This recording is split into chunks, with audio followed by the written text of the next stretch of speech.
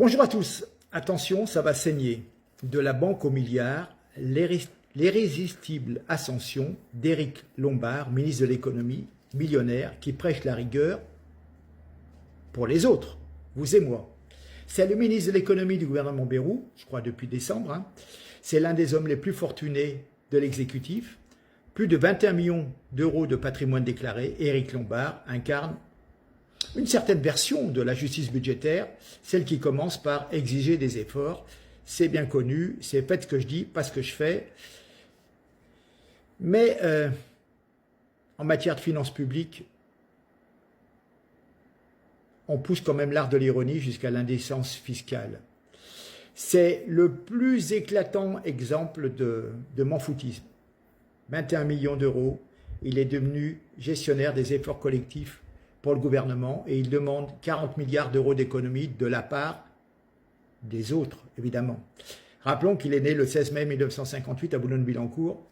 C'est un pur produit de l'élite française, ancien de BNP Paribas, patron de la Caisse des dépôts, il sait manier les chiffres, surtout quand il s'agit des siens. Et la Haute Autorité pour la Transparence de la Vie Publique, HATVP, a récemment publié sa déclaration, ça date du mois de juin.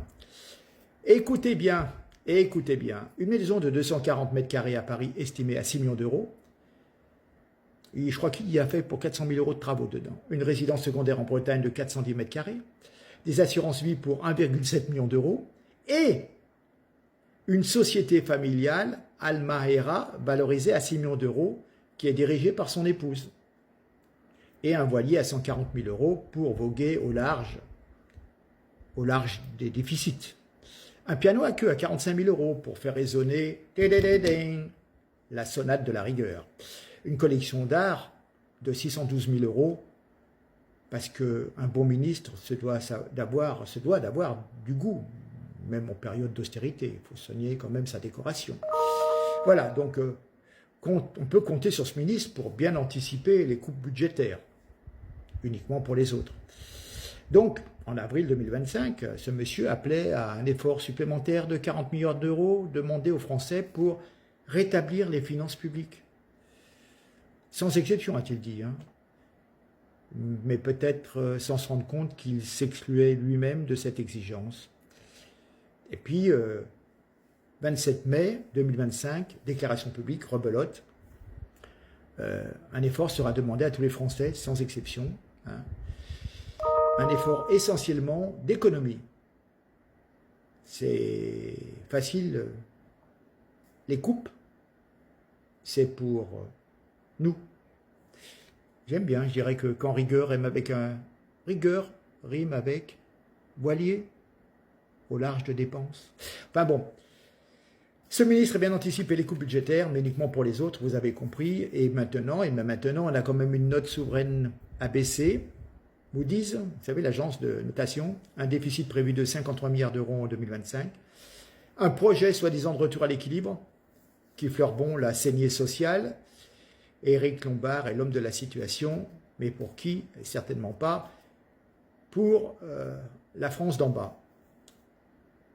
Et, comprenez-moi bien, derrière la façade du ministre efficace se cache une évidence. Comment incarner la justice fiscale quand on appartient aux 0,1% des plus riches? Comment expliquer aux Français qu'ils devront se cirer la ceinture quand on ne porte jamais la même cravate 2 jours de suite? Le plus ironique, c'est que le gouvernement justifie cette saignée par une noble cause, ramener le déficit public à 4,6% du PIB d'ici 2025. Tout ça pour rassurer Bruxelles. Mais cette méthode choisie a un parfum d'injustice sociale.